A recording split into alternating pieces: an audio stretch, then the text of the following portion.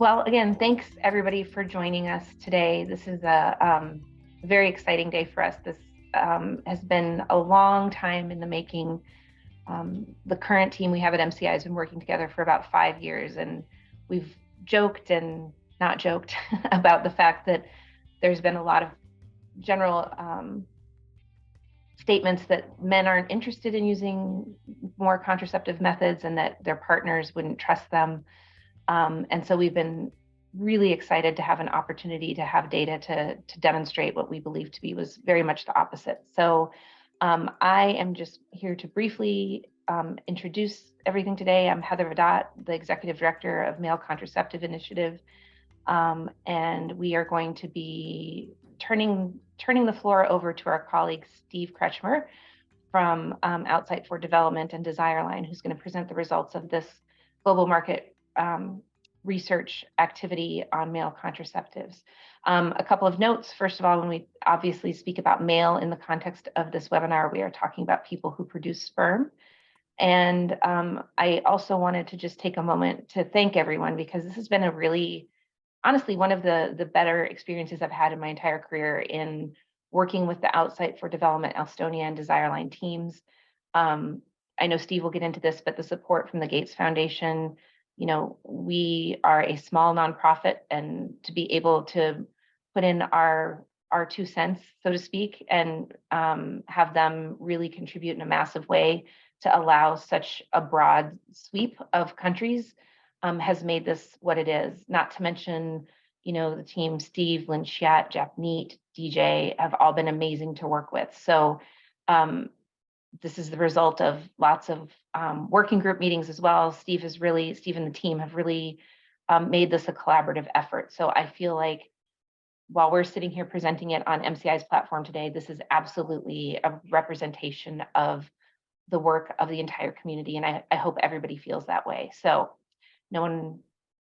that's kind of handled. I know everybody's eager to see the results. So Steve, thank you for joining us, and please take the helm. Yeah, thank you very much, Heather. And likewise, in terms of the working together, it's been fantastic and really across the entire community.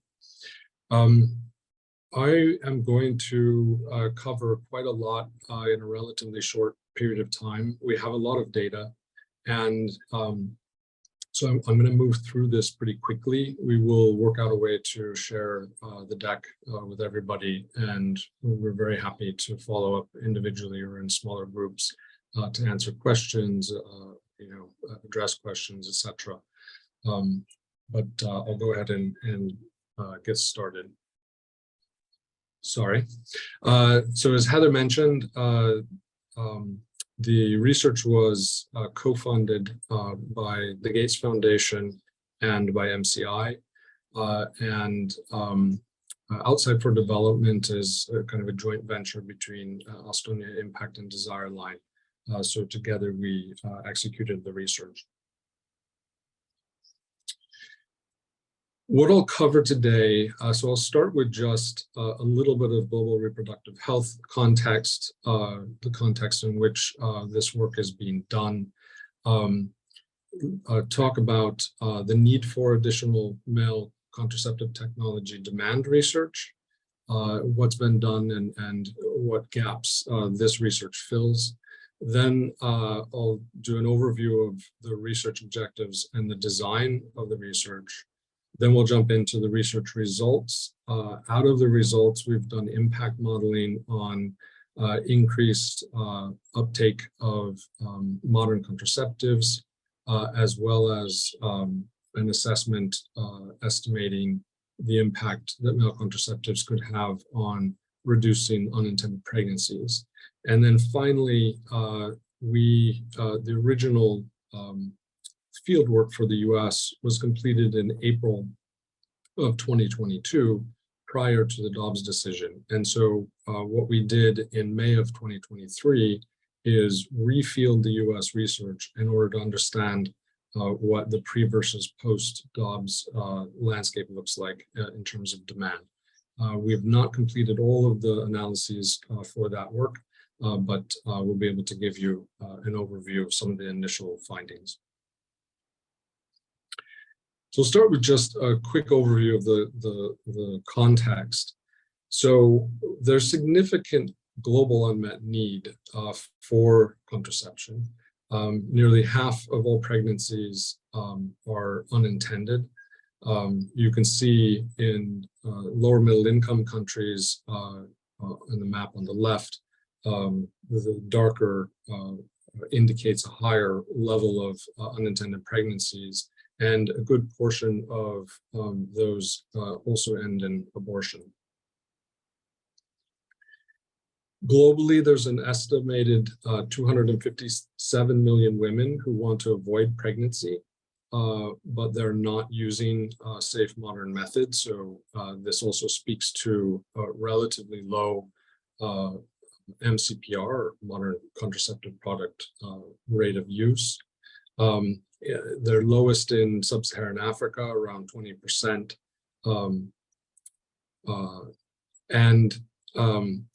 Only half of those in these relationships really have access to products. There are about 18 products available for women, but only 2 methods available for men, vasectomy and condoms.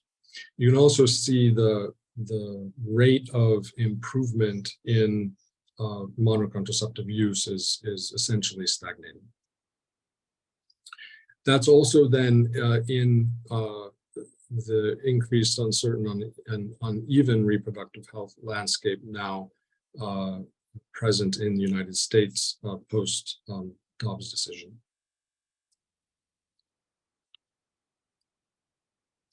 There are, as Heather alluded to, there's always this question of, what if we, created male contraceptives, would men take them?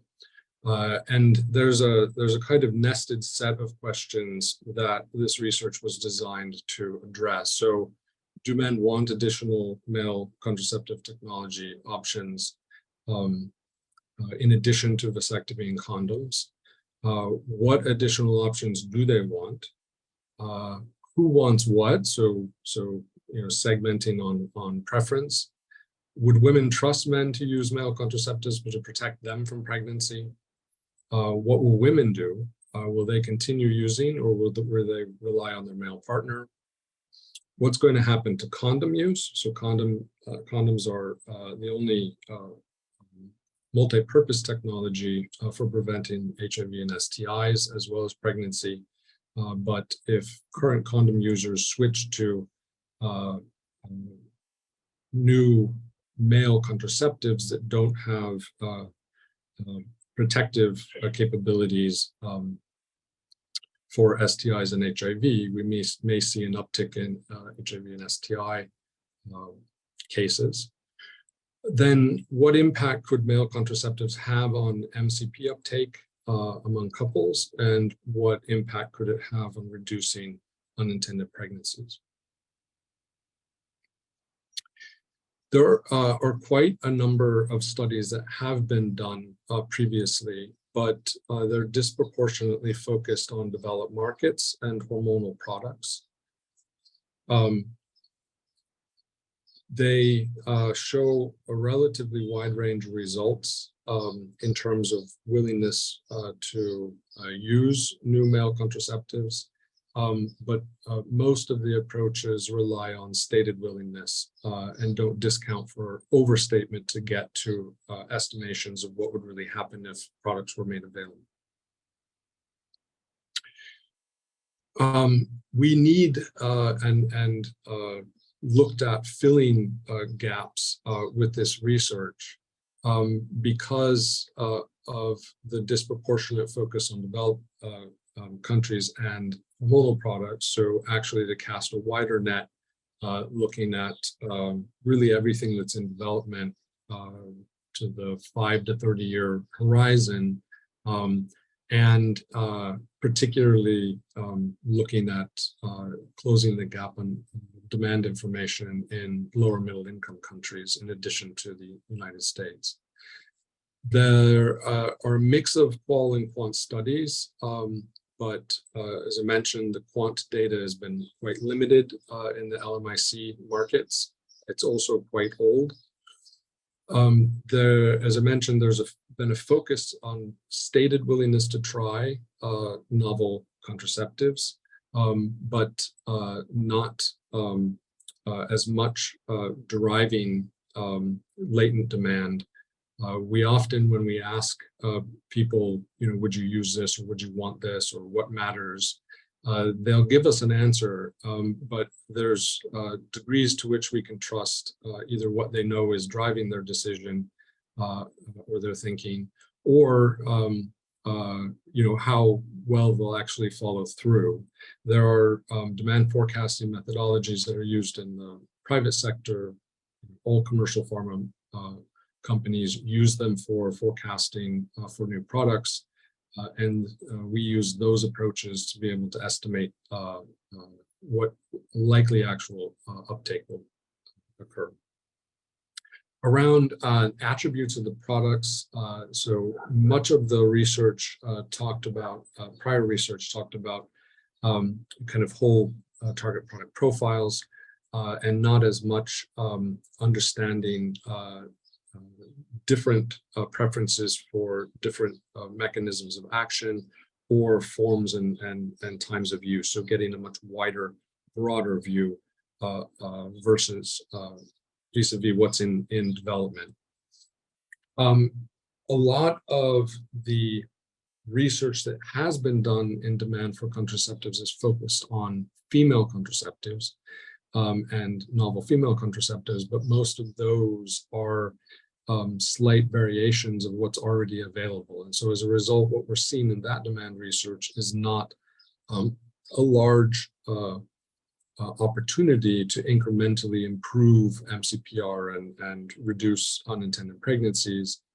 If we want to see a significant shift, it's going to require, for example, non-hormonal female contraceptives, or this potential on the male side where we're closing the gap with half of the relationship now engaging in contraceptive use.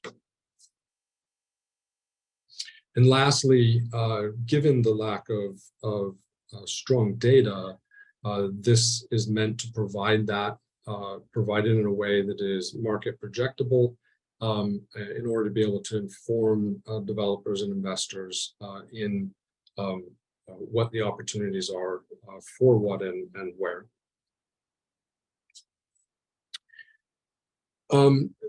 This research was designed to assess preferences across different potential product attributes. And in doing so, what it's also looking to contribute, particularly for developers, is information that indicates here's where demand is versus, across these different product attributes versus, what you're developing and how easy or difficult that may be to develop. So if you were to take the various attributes, say, it's an injectable versus a pill, for example, the ease or difficult of developing those attributes for a product, if we focused just on high demand, we may identify certain attributes that we would pursue. On the other hand, if we focus just on what's easy to develop, there's other attributes that we would pursue. So for example, on the female side, there are many intravaginal rings because it's very easy to develop, or relatively easier to develop drug delivery with the volumes of drug that are needed, et cetera, and over time through a platform like that. But the relative demand for intravaginal rings versus other forms that could be used is quite a bit lower. And so what we're looking to do through this research is provide information on the demand side that says, here's what people want, here's what men want in terms of the attributes for the products, so that can be balanced with the ease of development, and developers can work towards this balance of demand and technical feasibility, so that when products do become available, they're much more likely to be used.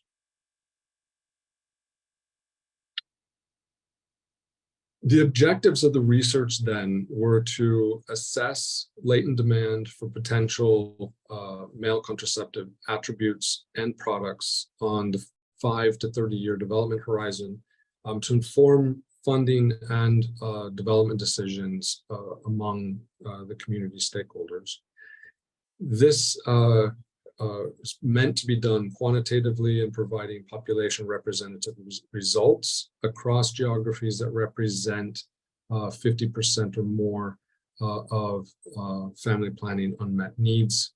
This was according at the time to FB 2020 countries. Plus, we included the United States as a commercial market, the largest commercial market. We wanted to identify product attributes and clusters of those attributes that are most preferred.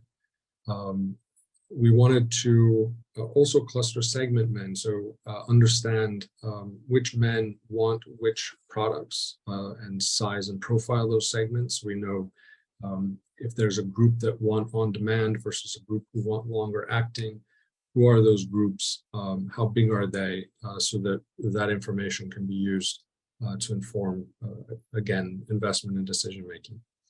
We want to provide user-based demand data as inputs into demand forecasting. Impact modeling, we went a step further and did that forecasting and that impact modeling. And then assess trade-offs that are made by female partners in terms of who's going to use what at the couple level, how much overlap is going to occur versus single use and within the couple, and who's going to rely on what products. The design of the research specifically, it was a 40-minute quantitative survey among 2,000 men, a little bit more than 2,000 men, and their female partners in the lower middle income countries, and 3,000 men in the United States. We did the research in the United States online through the NORC panel, which is kind of the best projectable panel in the United States for these kinds of studies. It's widely used for polling. And because we did the work online in the United States, it was very difficult to link over to the female partners. So we only have the men's data in the United States, but we have very high levels of female partner data for the men in most of the LMICs. The inclusion criteria for the men were that their ages 18 to 60, have had sex with at least one woman within the past 12 months, not have had a vasectomy 5 or more years ago, able to father children as far as they know, and not have a partner who's been sterilized more than 5 years ago. We did include those who had relatively recent vasectomies or their partners were sterilized recently in order to be able to assess, had these products been available, would they have made a different decision? We did the research in 4 countries in Africa, so Cote d'Ivoire, Democratic Republic of Congo, Kenya, and Nigeria. 2 countries in Asia, Bangladesh and Vietnam. Originally, we were also looking to run the research in 2 states in India. However, due to complications in getting government approval to run the research, that's been delayed.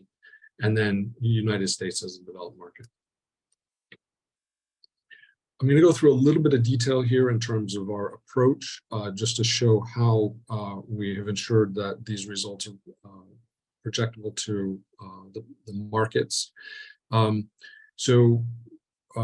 We did not use a sample of convenience. We actually utilized a sampling approach that allows us to be able to project to the populations.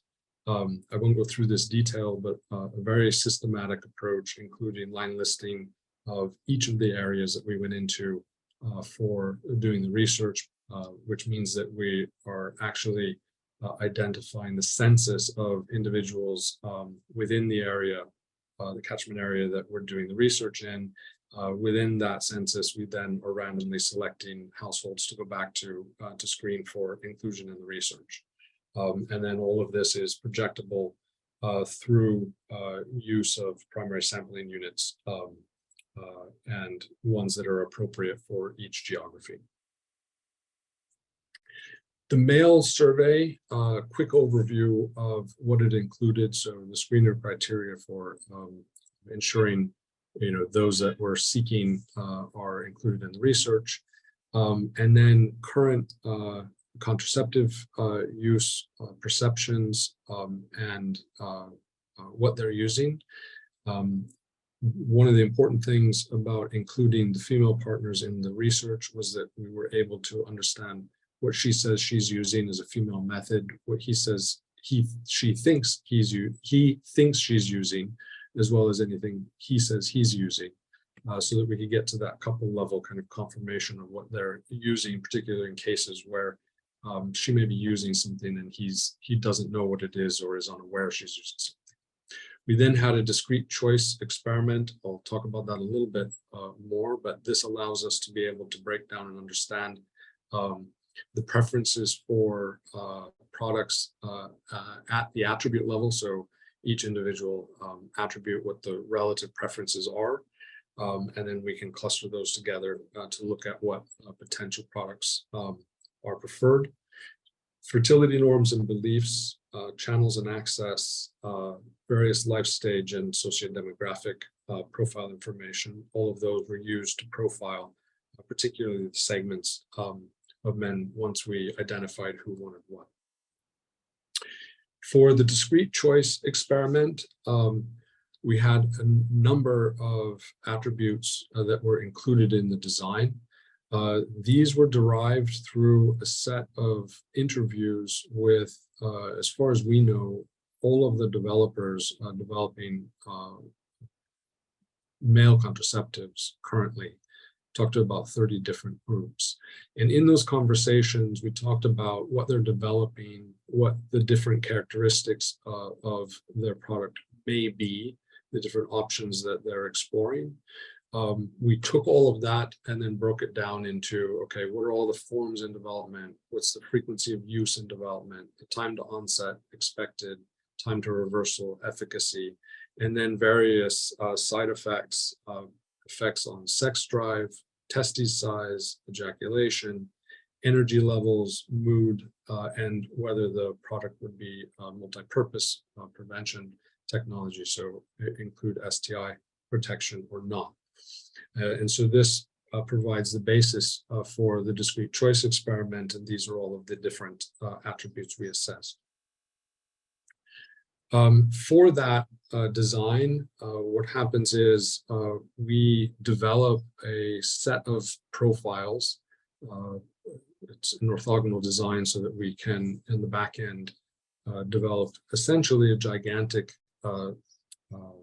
equation, regression equation that ends up providing for us a coefficient that represents preference for each of the attribute levels.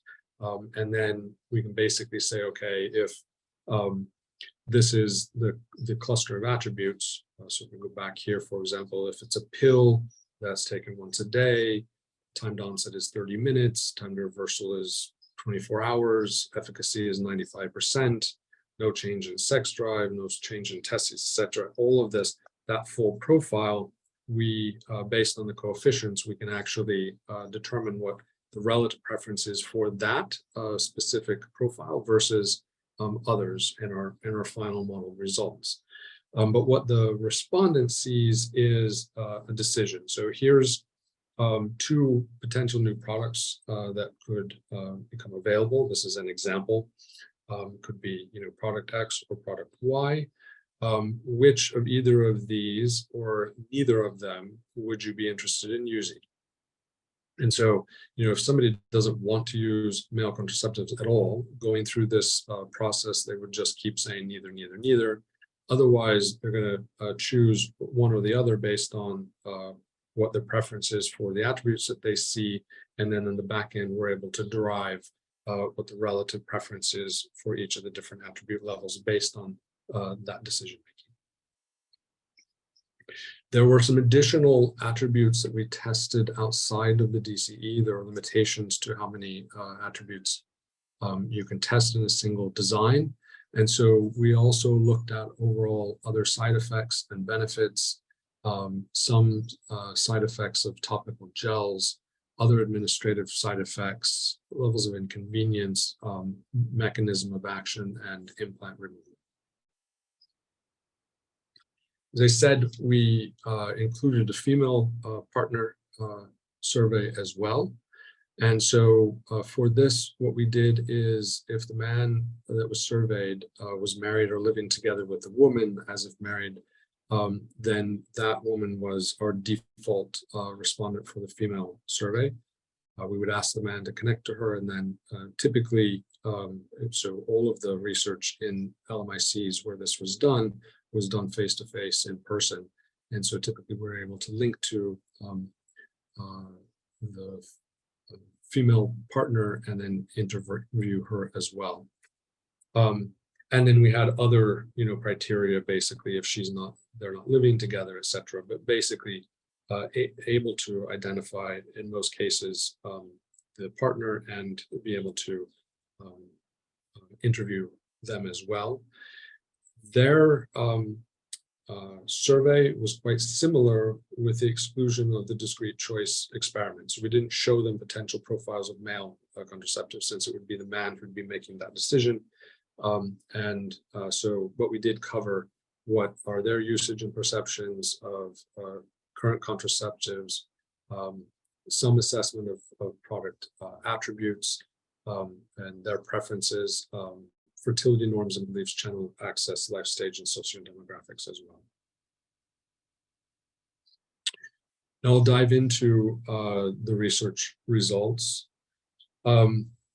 As I mentioned, the research was designed to be population projectionable, and the overall results in terms of the profiles of the men and their partners in the countries matches that available in other large surveys in each of the countries. This is just a quick overview of a look at age distribution by country, as well as marital status. You'll note in Bangladesh, it's 100% married in there, and that was actually intentional for cultural reasons. We only interviewed married couples in Bangladesh. This is a quick look at the variation in terms of frequency of sex. So you can see it's more frequent in, for example, Bangladesh, Nigeria, less frequent in US, DRC, Kenya overall, as well as the numbers of partners. So much more likely to just be a single partner in Vietnam and Bangladesh, least likely in Cote d'Ivoire and DRC. And then this is the current method mix. This is as reported by men. We have subsequently been able to assess what this looks like at the partner level. But you can see high variation across the geographies in terms of what's being used. The largest kind of not using anything to avoid pregnancy is highest proportions are in Nigeria and the United States.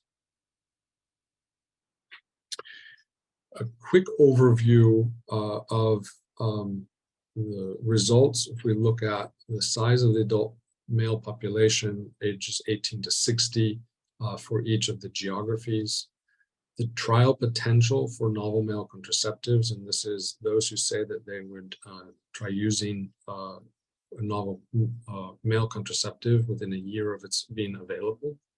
and then the potential proportional increase in MCP uptake that would occur as a result of that.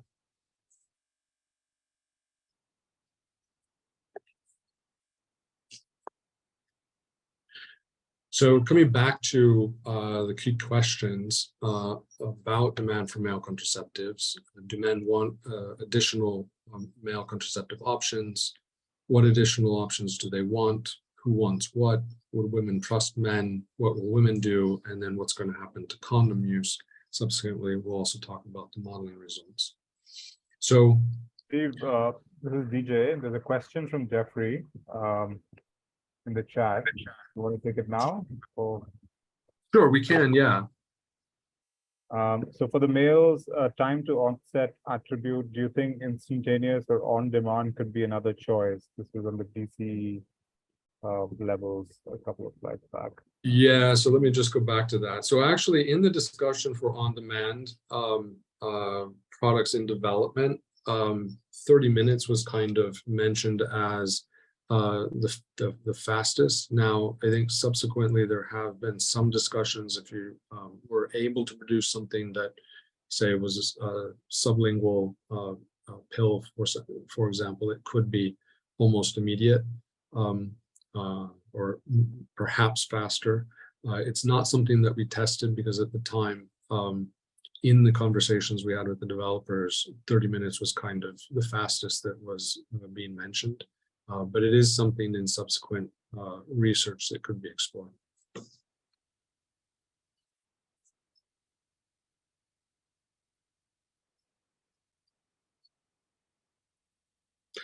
Do feel free to keep posting questions as we go. I'm happy to clarify as we go through the results. So one of the questions that we use in demand forecasting is how soon would you try this or how soon would you use this once it became available? And the reason for this is if we only ask, are you going to use this or not, or some rating of likelihood to use, that only provides part of the answer. One of the other pieces is how quickly. And it's an indication of a number of things. It's an indication of what we see as early adopters versus laggards. So there are people who are more risk averse, people who are less risk averse, people who are more interested in new technologies versus the other way around. And so we will see this kind of differentiation in terms of stepwise, engagement over time. Among different people. The other thing that it represents is the level of urgency in unmet need. So if most of people's needs are met, they may take a lot longer to adopt something new versus if there's a lot more unmet need or an urgency in unmet need, then they will tend to want to adopt things earlier. What you can see here is the United States has the lowest overall interest. That probably has to do with the relatively lower unmet need from the standpoint of the US having kind of the most options for women available. And I'll share at the end of this, we'll talk about the post-Dobbs results in the US, and we've seen an uptick in this post-Dobbs. You can also see then across the other countries what the relative kind of increase looks like. What we've done, and it's somewhat arbitrary to say, okay, within a year, what would the uptake be? And looked at those particular proportions versus kind of ever. What's interesting, I think, is interest to try something within a year is going to be that balance between some kind of sense of urgency, as well as let me just wait and see, what happens with others using that the product faster, earlier. But within a year for a product like this tends to be a very good indicator of what's likely to happen. And you can see, I think I was quite surprised to see the proportion all the way to the right, who basically say, we'd ever use this. It's quite high proportions, indicating very high demand for male contraceptives. One of the questions was, okay, but does that demand differ, for example, for those that are married or living together versus those that are not? And what we see is actually it doesn't differ by much. A little bit in Kenya, a little bit in the United States, but overall, not huge differences. What additional male contraceptive options do men want? So this is derived from the discrete choice experiment. As I mentioned, we're able to identify the coefficients that indicate the level of preference at the attribute level, as well as within attributes. So for example, I'll share what it looks like by form. But overall, at the attribute level, if we look at form, efficacy, time to onset, STI protection, energy and weight, testes size, sex drive, frequency of dosing, ejaculation, mood swings, form really dominates, and form and time of use. And this is not something new. We have seen this in other research, similar research done on the female side. And it really comes down to, here's the way and when I'd want to take this product, tends to really dominate the decision making. There are then variations across the countries in terms of kind of what's second to that. So you can see efficacy is very high for Vietnam. You can see energy and weight, testes size, sex drive are relatively higher in the United States, and Nigeria. So we can start to see how there are some differences across the countries. If we then zoom in within form, what is preferred? Gel and shoulder and pill. Pill overall has the highest, but gel is has quite high level of demand in the African countries. We don't know exactly why, but we're hypothesizing that skin creams are used much more frequently by both men and women in Africa for moisturizing, and it may be the case that it's just a common then way of like, oh, okay, that would be an easy way to use this. If my moisturizing cream also was a contraceptive, that would be convenient. What we also see kind of overall is the more invasive approaches are going to be less desired. Who wants which? So this is where what we did is we used machine learning algorithms, a late class approach to cluster segmenting. This kind of segment, before that, maybe a couple of questions that are in the in the Q&A. Are you able to see them, or should I can't actually. Yeah, if you could read them out. Okay. So I think Dana asks, do any of the novel male contraceptive methods currently in development result in retrograde ejaculation? If so, has this or other studies surveyed men about how they feel about retrograde ejaculation?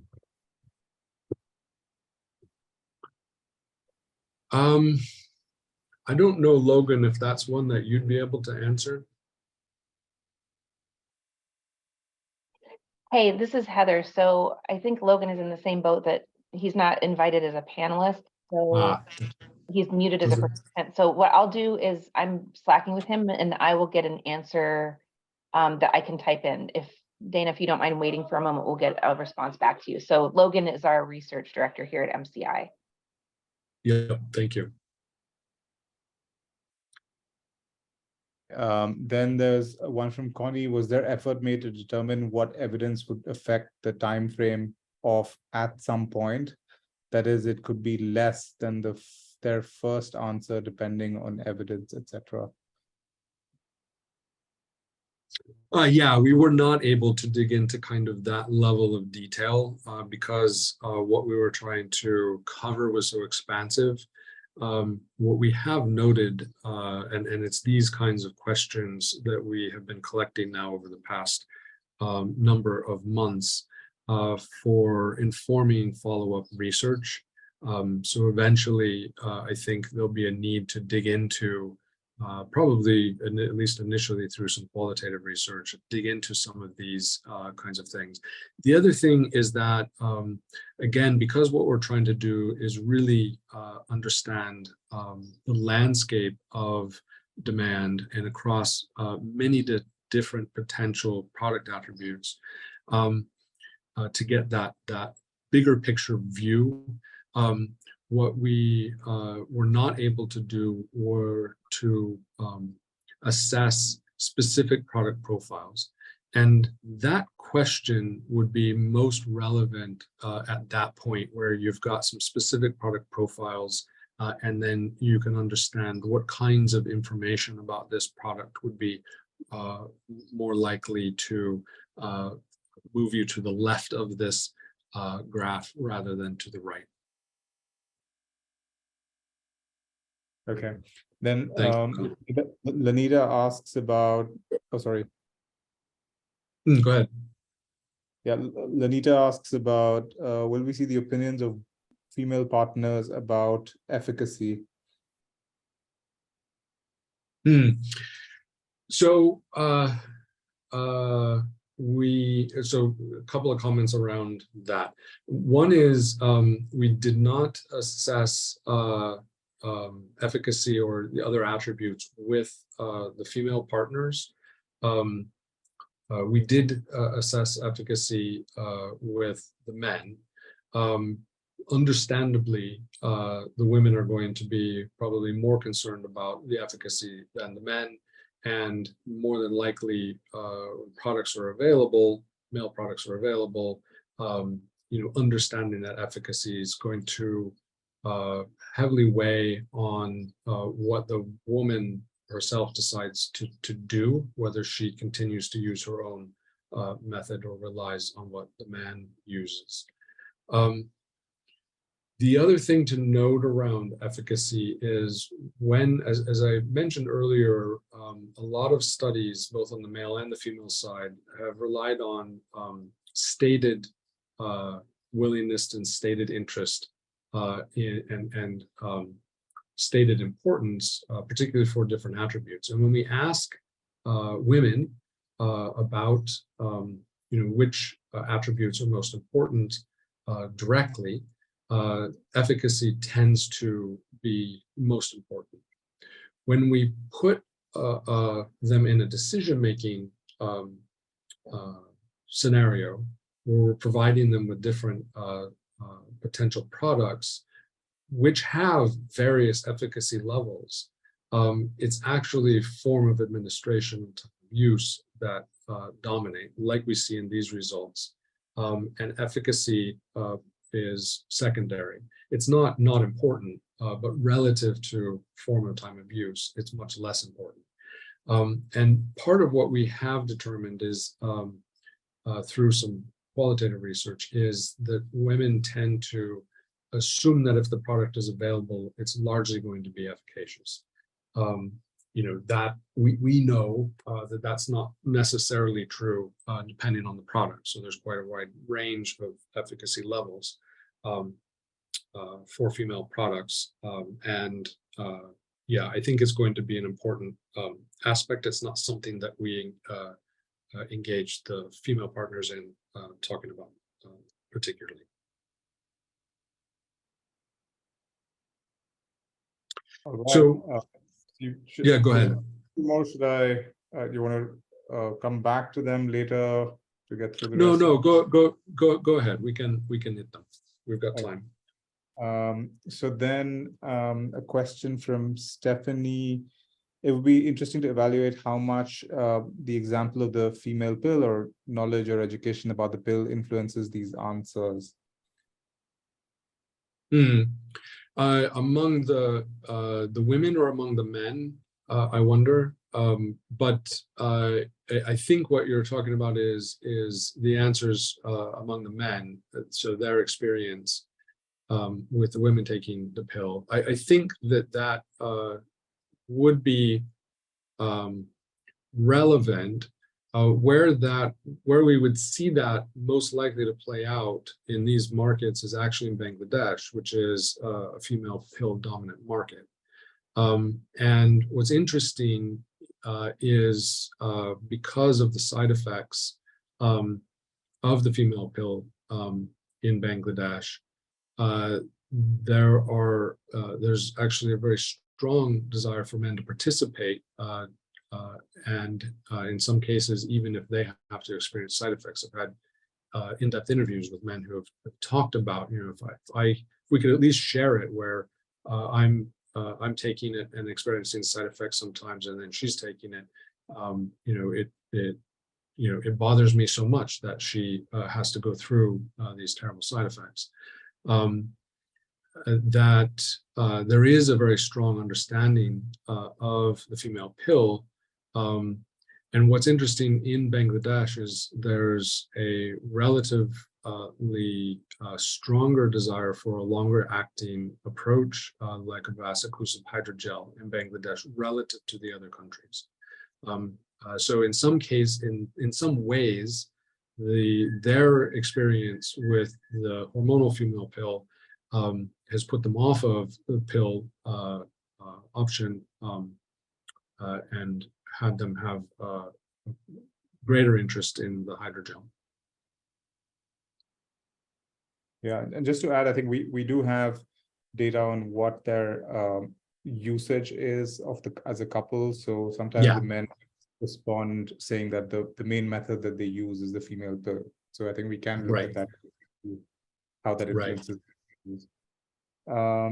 Okay, so then I think just one last question, maybe you're going to cover that in the next one, but may the delay in acquisition be related to safety concerns, trust in scientific data from providers? This is from Laura. I think this refers to the delay in uptake. Yeah, I think it's that may be true also for some as well. A lot of times what we see with that lag is they want to see what happens with others. We see this with physicians. So in research in the United States, particularly where it is a prescription dominant market. So most of the decision making for most pharmaceutical products is by the physician, at least initially in terms of prescribing.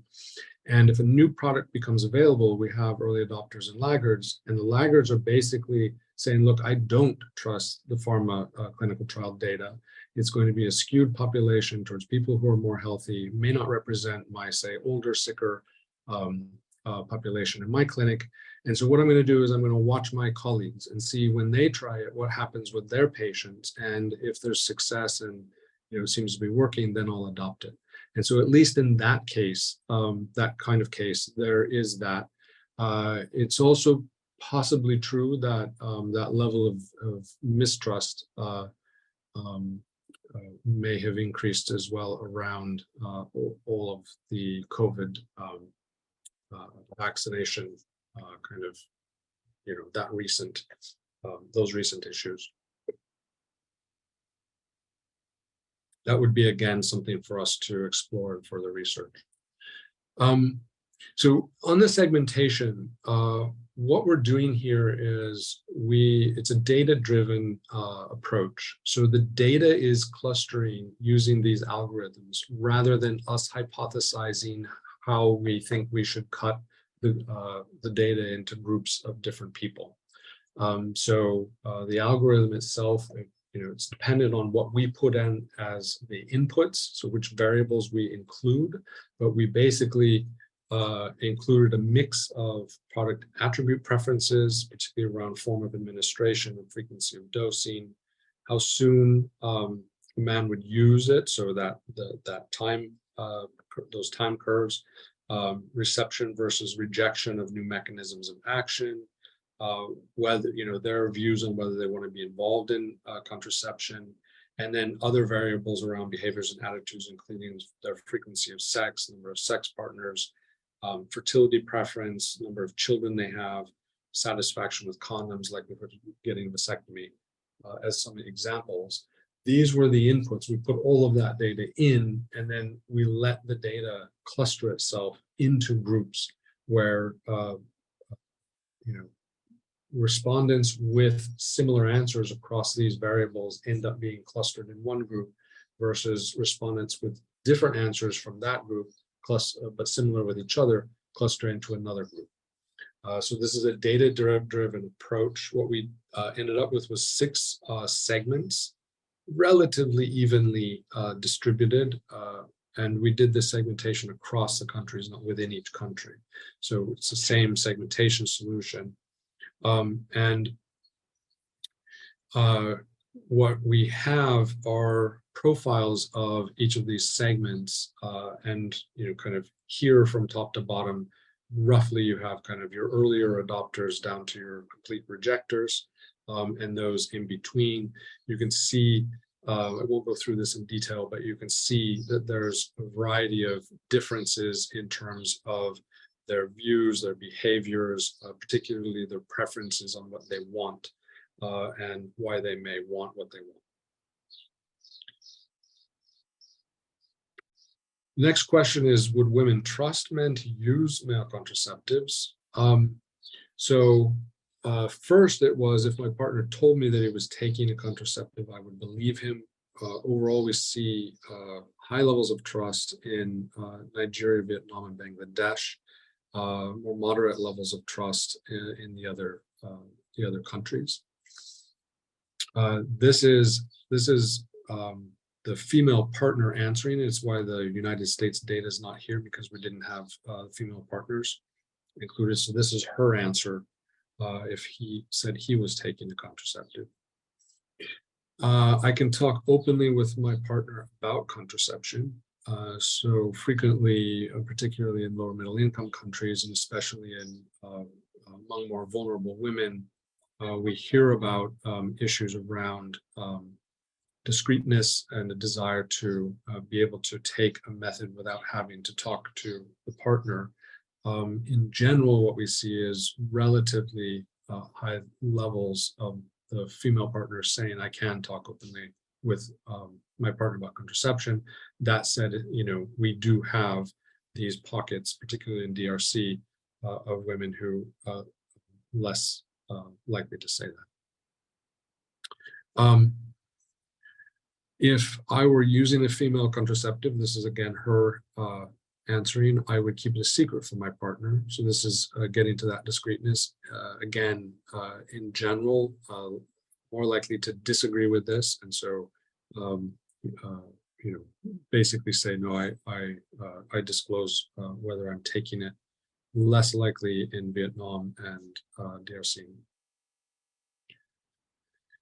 And then when we asked the woman, if a new method became available for men, would you want your partner to be more or less involved in contraception? And then the male question was, after seeing all of these new methods, do you want to be more or less involved? And so here, what we were able to identify. So the green shows where both want the man to be involved. So we have pretty high levels of concordance across most of the countries except for Kenya and Cote d'Ivoire. And then you can see kind of the distinctions where both don't want the man to be involved. It's relatively low, except for, again, Kenya and Cote d'Ivoire.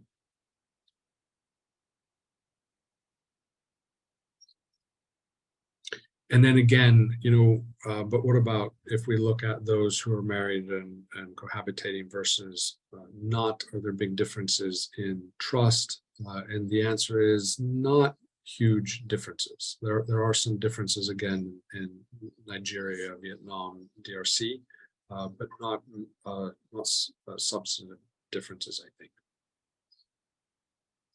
What will women do? Are they going to continue using, or are they going to rely on their partner? So there's high interest among women in male contraceptives, so men using. It's not quite as high as the men, but nearly as high that the man uses. And then in asking them, each, her and him each, I want my own contraceptive regardless of what my partner is using, we do see relatively high levels of overlap, except in Bangladesh.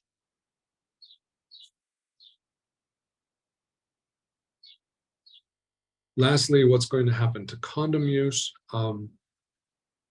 So here, what we're looking at is among condom users. So the total bars in each of this cases. So the 46% at the top for Kenya is proportion in Kenya who are relying on condoms as a main method.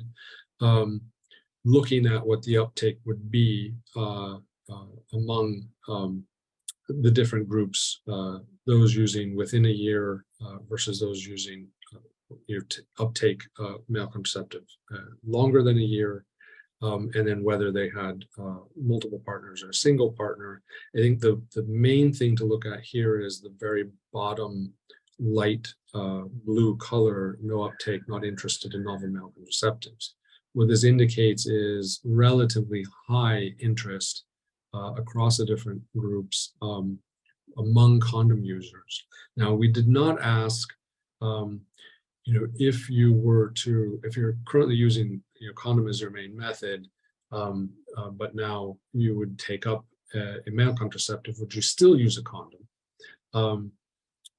But this does indicate that there's probably a high likelihood in a number of these countries for there to be a significant shift from condom use to male contraceptive if available. I'll roll into the impact modeling results. So the goals of this were to estimate likely actual uptake of male contraceptives if they're made available. And what this does is it basically is creating a probability model. So we're not saying this is absolutely exactly what's going to happen. What we're saying is this is likely what's going to happen. And we want to, as a part of that, also estimate incremental MCP use. So looking at those couples who are not currently using modern contraceptives, those who say they would, among that group, would use male contraceptive, getting to a good estimation of that in order to be able to understand what that incremental MCP use could look like. Among the condom users, we did have information about, if condom is their main method that they rely on as a couple, number one. Number two, the stated frequency of use of condoms when having sex. So do I always use a condom? Do I sometimes use a condom? Do I rarely use a condom? And then lastly, their satisfaction with using condoms, very satisfied, not at all satisfied. And using those three pieces of information, we were able to develop an understanding of, here's the proportion of condom users who are likely to be consistent condom users versus here's the proportion who are inconsistent condom users versus here's the proportion who are very inconsistent condom users. They say that that's our main method, but I rarely use it and I hate it. And so what we're doing when we look at incremental MCP uptake is basically saying if something's available, most likely they're going to ditch the condom to the extent that they don't even use it consistently anyways. And so we're lumping those very inconsistent condom users in with the no modern contraceptive users to say, okay, if there's uptake, this is going to contribute to real modern contraceptive rate increases. And then lastly, using this information to inform modeling on the contribution to averting unintended pregnancies. Some considerations in this modeling. So as I mentioned, raw stated likelihood uptake research in a survey context really provide overstated uptake estimations. Particularly when we're talking about something new, we do end up with a lot of people saying, yeah, I'm going to use that, I'm going to use it this soon. But we want to discount that because the reality is always going to be less than what people say they're going to do. Discounting of that overstatement is necessary, and there's ways that we can do that, particularly using that uptake curve, where we say, okay, we're only going to accept these people, and we're basically going to remove everybody else who say that they would use it. In this case, that cutoff that we're using is within 12 months. So, yep, okay, if you say we're going to use it within 12 months, we'll accept that you're going to use it. We're going to eliminate everybody who says more than 12 months. We're basically going to say, no, you're never going to take it up. And what we're doing there is basically understanding that, yeah, some of the people within a year who say within a year are going to never do it. But then some people who say, that we're eliminating from the results, who say more than a year are going to do it, and that kind of balances. So it's a way to discount back down to more likely probability of what's going to happen versus just accepting, oh, you said that you're going to use this. Okay, I believe you fully. So we focused on 5 forms and times of use. So on-demand pill, on-demand gel, daily pill, daily dermal gel, a vaso-occlusive hydrogel. And as I mentioned, what we've done is basically said, okay, those who say they would use one of these and they say within 12 months of availability, we'll accept those and we will exclude everybody else.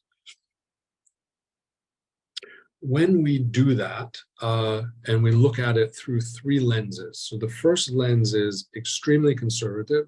What we're going to do is say, wait a minute, let's look at within 3 months. Anybody who says that they use it within the first 3 months, we'll accept their answers and we're going to remove everybody else. Second one is that 12 months, the 1 year. And so that's the middle bar in each of these countries. And then the last is, okay, but what's it look like if we don't discount at all? We accept, all the way over to the right, they'd ever use it. And here's where you can see, the overstatement. If we take that right-hand bar, in Vietnam, we're all the way up to 98% of them would, we would say, oh, 98% of them will be using something. It's very unlikely that male contraceptives, that 98% of all of the men, in Vietnam would be using the product even after 5, 8, 10 years of availability. And so this shows how by discounting back, we can get to something that looks more reasonable in terms of what the likely uptake is going to be.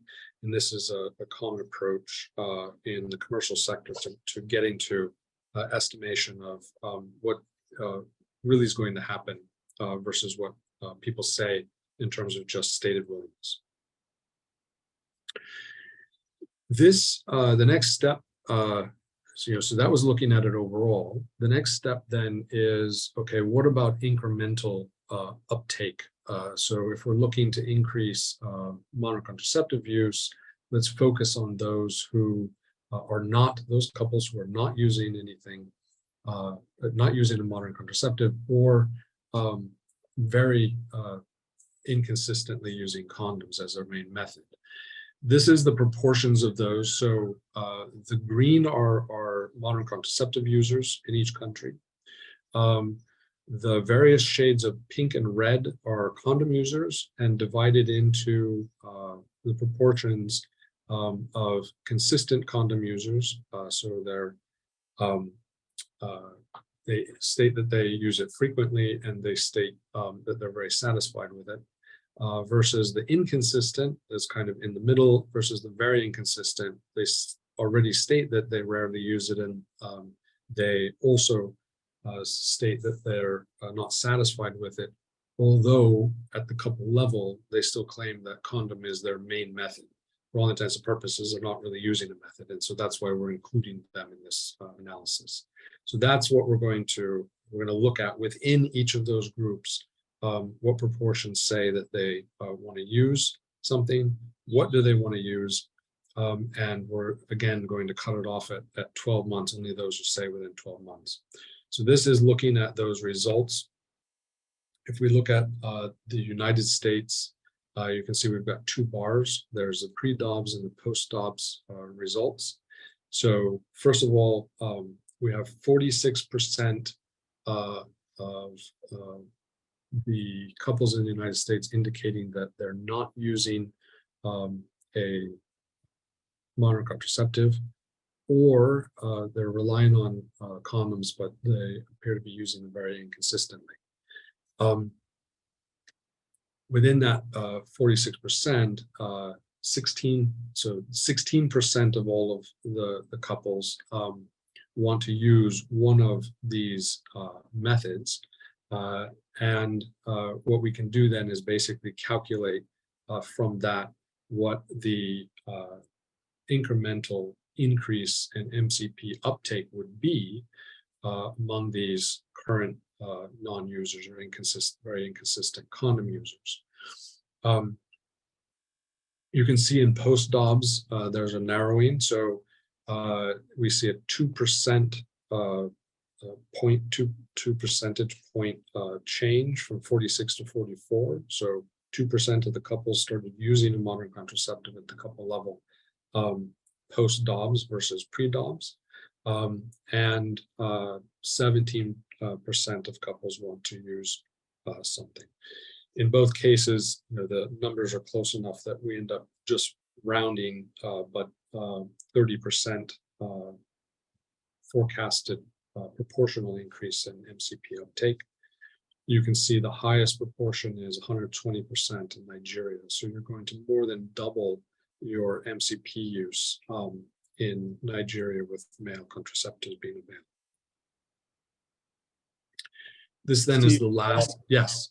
Wait, there's a question on the previous one from Lanita.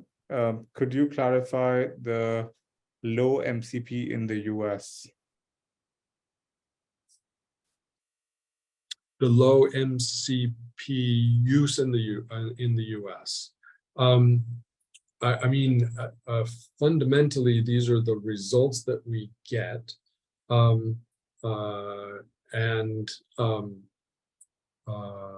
yeah, I think I'd want to understand a little bit more about the question. Yeah, so I think Lanita is saying that it's lower than the data that we've seen from the NFSG, for example. There may be some differences in the definitions that we're using. So we, again, have removed some of those who indicate using condoms. Condoms are pretty commonly used in the US. And there may be some other differences. So for example, safe days and those kinds of approaches sometimes are included as modern approaches. Same thing with breastfeeding.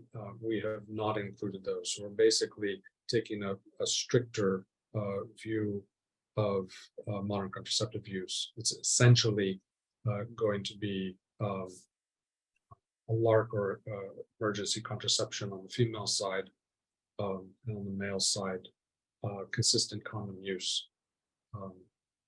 Yeah. Yeah, and just to add, I think so. This rate, will not line up because of some of the reasons that Steve mentioned, and it's something that we see across countries. Also note that these are men that we were asking. I mean, of course, this is based on the couple usage, but in more generally, We're also relying on male input, which many of the DHS surveys don't. Right. We need what the NSFG is, but broadly, I think what's probably more meaningful is to see kind of what happens when these, relative to whatever the base is of the MCP rate, what happens to that rate when the new methods turn up. Right. Yeah, and that's a good point actually also about the male side. So in the United States, we're relying only on demand, saying here's what's being used. And I have to be honest, looking at the results in the other countries where we have the female partner data, there are a lot of men who don't know what their partner are using. And so in those cases, we're able to rely on the female partner data. But in the US, we didn't have that. So this is according to men. Yeah.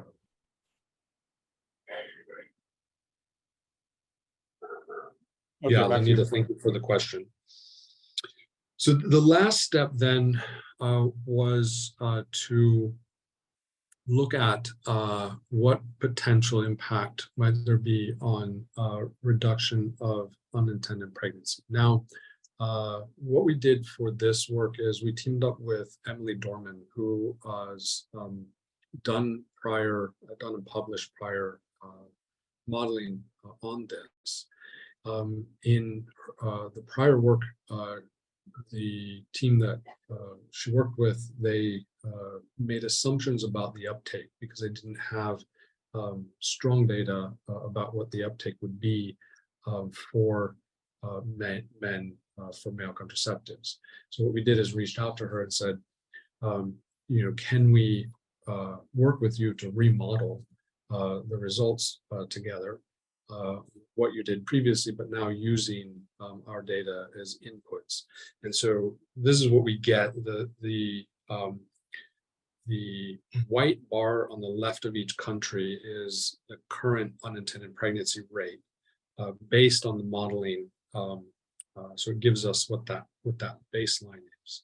And then each of the bars indicate, okay, if this particular product was made available, only, not all of them, but only this one. So the green, if the vas-occlusive hydrogel was made available, in the case of the US, and this is pre-Dobbs results for US, it would go from 37% down to 33%. So you'd see some shift. You can see actually in Bangladesh, it would decrease significantly because the interest in the hydrogel is so high in Bangladesh. So you can see what happens with each of the different products, and then the light blue or gray bar all the way to the right shows if all of the products were in the market, what the new unintended pregnancy rate would be, assuming that the modeling that we've done in the uptake were true. We can see, it's going to take a portfolio of products, most likely to be able to account for significant shifts. The other limitation to this, these results and the prior results as well are the way in which we asked the question, just given the limitations that we had in survey real estate for everything we were trying to cover. What we did is we said, okay, if any of these were available, which one would you choose, or would you choose none of them? And so the results that we have here are indicating what the preference would be if everything was available. If just one of these products became available, let's say in Nigeria, the on-demand pill became available only. If it became available and nothing else was available, more than likely what would happen is it would get the 10% for of those who say, I want the on-demand pill. but then it would probably get some portion of perhaps large portion of the on-demand dermal gel, that 11%. Because if the dermal gel is not available, but the pill is, say, well, it's still on demand, it's not a gel, but it's a pill, I'll take it. So you may get, a good proportion of that. You might get some portion of the daily pill. It's a pill, it's on demand versus daily, but it's the only thing available, so I'll use it. So if any one of these products became available, it would take some portion of the share. We don't know how much because we don't have the data to be able to do that modeling, but it would take some portion of those in terms of a net result. So you're going to end up with, if one of these products becomes available, it'll steal, and mostly from those that are similar to it. I think the vaso-occlusive hydrogel is going to probably be the one that you might get less, that the other products would steal from it. Or if it was the one that was first to market, it may get less of the other ones because it's most different. But I think it's important to understand that limitation in terms of these results, as well as the interpretation of this. 10% in Nigeria for an on-demand pill is in some way the floor for what that product would get if it were made available in Nigeria. It would be some portion larger than that taking from these other shares. Which, coming back to this then, again says, if we go to Nigeria, you see 36%, it goes from 46 to 36%. So a 10 percentage point decrease in unintended pregnancies if the on-demand gel was available, for example. And so in reality, you would probably get actually you get a further down towards that 10% because you're going to get some share, some increased use from among those other bars for whichever product is brought to market. So this is the kind of ceiling. 36, 37, 39, 41% are kind of like, you're going to do at least that well in reduction of unintended pregnancies. If one of these products is brought to market, you'll probably do much better in reality. The last thing I wanted to share very quickly were kind of late-breaking results on pre versus post-Dobbs decision in the United States. So we asked this question in the post survey following the Supreme Court ruling in June 2022 that the Constitution does not guarantee the right to abortion. Have you wanted to be more or less involved in contraception? This is among men. And what you can see is about a third of them indicate they want to be more involved. More than half, kind of no change, and then some smaller portions saying less. Another way in which we ask that, and this we have pre and post. So we asked, after seeing all of these new methods for men, do you want to be more or less involved in contraception? Pre-Dobbs, we had 36% indicating somewhat or a lot more involved. That increased by 7 percentage points post-Dobbs. So we're not seeing a massively dramatic shift, but I would say it's not nothing. And then if you recall, this is what the time to uptake curve looks like. So you've got the 39 and the 78 pre versus post-Dobbs. It jumps 10 percentage points, so a 26% increase from 39 to 49. So now we're at about half of eligible men indicating that they would use a male contraceptive within a year of it being available. And all the way to the right, you can see it goes up 4 percentage points, 78 to 82. So, marginal increase in terms of overall use. I think what you're seeing with this curve is that sense of unmet need in terms of urgency. So you see the curve shift up a little bit, but especially over from the right to the left overall. Steve, question Yep. from Lenita. Was there a difference in the response based on the states of residence in the pre and post ops data? I don't know if this is state level representative, but go ahead. Yeah. So it wasn't state level representative. So we don't have that. It is something that we considered when we were refielding of oversampling in several states, say like a California and a Texas. But we just didn't have the funding to be able to do that. It's something that still could be done, and I think would be very interesting to see. But we don't have a sample size in any given states large enough to be able to do that analysis. Lastly, just in terms of next steps, we are completing the rest of the analyses on the pre versus post OBS decision results. And then we have a number of publications in process.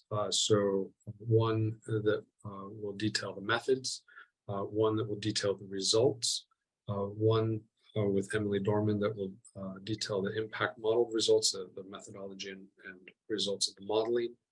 We'll put together something when we have the analysis done on the pre versus post OBS results. Also working on a publication addressing what the potential implications are for development of MPTs. A lot of these products, male contraceptive products, are early enough now to consider seeing how to make them meet MPTs rather than put them out there just as a contraceptive only to see problems occur in STI and HIV prevalence. And then lastly, a commentary and recommendations for investors and developers, kind of summarizing across all of the results, what we see as particular opportunities. We're continuing to engage with stakeholders in interpretation and use of the data. And any of you, please feel free to reach out to us or reach out to Heather through MCI. And we'll be very happy to dig into some of the results with you further, however they can be helpful for you.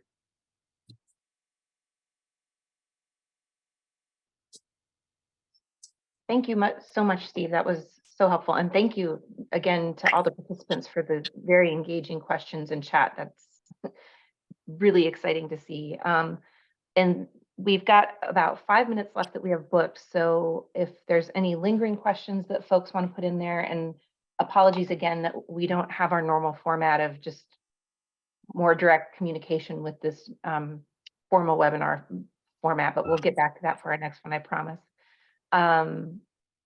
If there aren't any questions, just a little bit of housekeeping is that we will go ahead and work with Steve and the team to send out some slides and the link to the webinar recording. We'll have that out to everybody.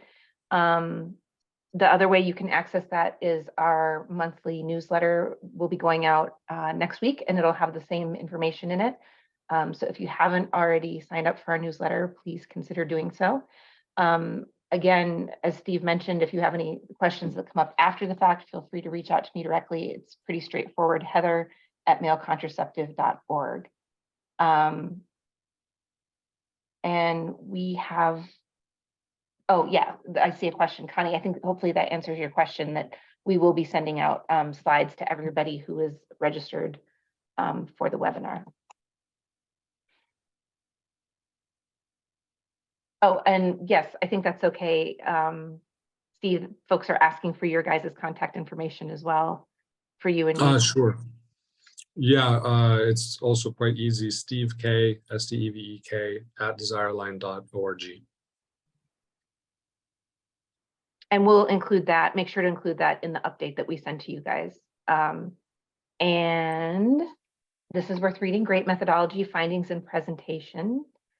Thank you, Steve, DJ, and team. So yeah, I have to agree. What a wonderful job you guys have done. It's a big contribution to the space. So thank you very much. Yeah, well, thank you for hosting us to share out the work. Awesome. All right, I think the rest of it is just all about connecting. The last question that just came in is from Lenita, also about reaching out to Japanese. So we'll make sure we include, again, contact information in the slides. So this is still an ongoing conversation very much. So thank you. And we hope to see you for our next lemonade stand TBD, but keep an eye out. And again, the best way to keep up with what we're up to is through our newsletter. So thank you all very much.